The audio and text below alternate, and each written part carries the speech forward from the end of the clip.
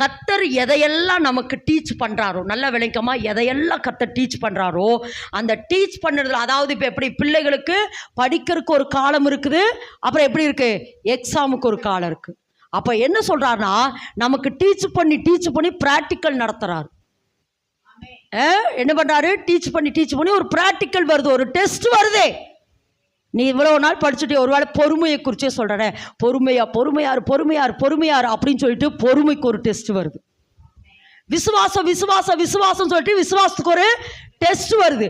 தைரியமாறுன்னு சொல்லிட்டு தைரியமாக்கிறதுக்கு ஒரு டெஸ்ட் வருது. அப்போ கர்த்தர் எதை டீச் பண்ணுறாரோ நல்லா சொல்லுங்க. ஏன்னா இது நம்ம போகிற பாதை சரியான பாதை. ஏன்னா நம்ம போகிற பாதையில் நம்ம எதை கற்றுக்கொள்கிறோமோ அதை கற்றுக்கொள்றதுக்கு, ஏன்னா ஆண்டவர் சொல்றாரு, யார் இஸ்ரவேல் ஜனங்களுக்கு விசுவாசிங்க அப்படின்னு சொல்லிட்டு செங்கடலுக்கு முன்னாடி கொண்டு வந்து நிறுத்திடுறார். விசுவாசத்தை துதித்து பாடுங்கன்னு சொல்லிட்டு எரிகோ முன்னாடி வந்து நிறுத்திடுறாரு. ஏன்னா இதெல்லாம் அவங்க என்ன செய்யணும்? நீ கற்றுக்கொண்டதிலே அங்கே அப்ளை பண்ணு. நீங்க கற்றுக்கொண்டதை, நீங்க என்ன வார்த்தையை கற்றுக்கொண்டீங்களோ அந்த வார்த்தையை அந்த டெஸ்ட்ல எழுதுங்க. அப்படி நம்ம எழுதி நல்லா விளங்க, நம்ம எழுதி ஜெயிச்சா நெக்ஸ்ட் கிளாஸ், இல்லை என்றால் மறுபடியும் சுத்த இடத்துல சுத்த வேண்டியதாக இருக்கு.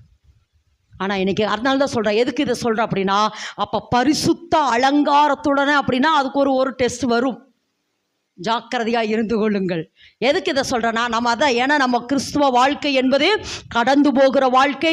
கிறிஸ்துவ வாழ்க்கை என்பது முன்னேறி கொண்டே போய் தேவன் நமக்கு கொடுத்த வாக்குத்தத்தமான இடத்தை சுதந்திரிக்கிற இடம். அது வாக்குத்தத்தத்தை நம்ம என்ன செய்ய போகிற இளைப்பாறுதலை சுதந்திரிக்கிற ஒரு இடத்தை நோக்கி அது சுதந்திரித்துக் கொள்ளுகிறதான ஒரு வழி பிரயாணமாக நம்ம போய்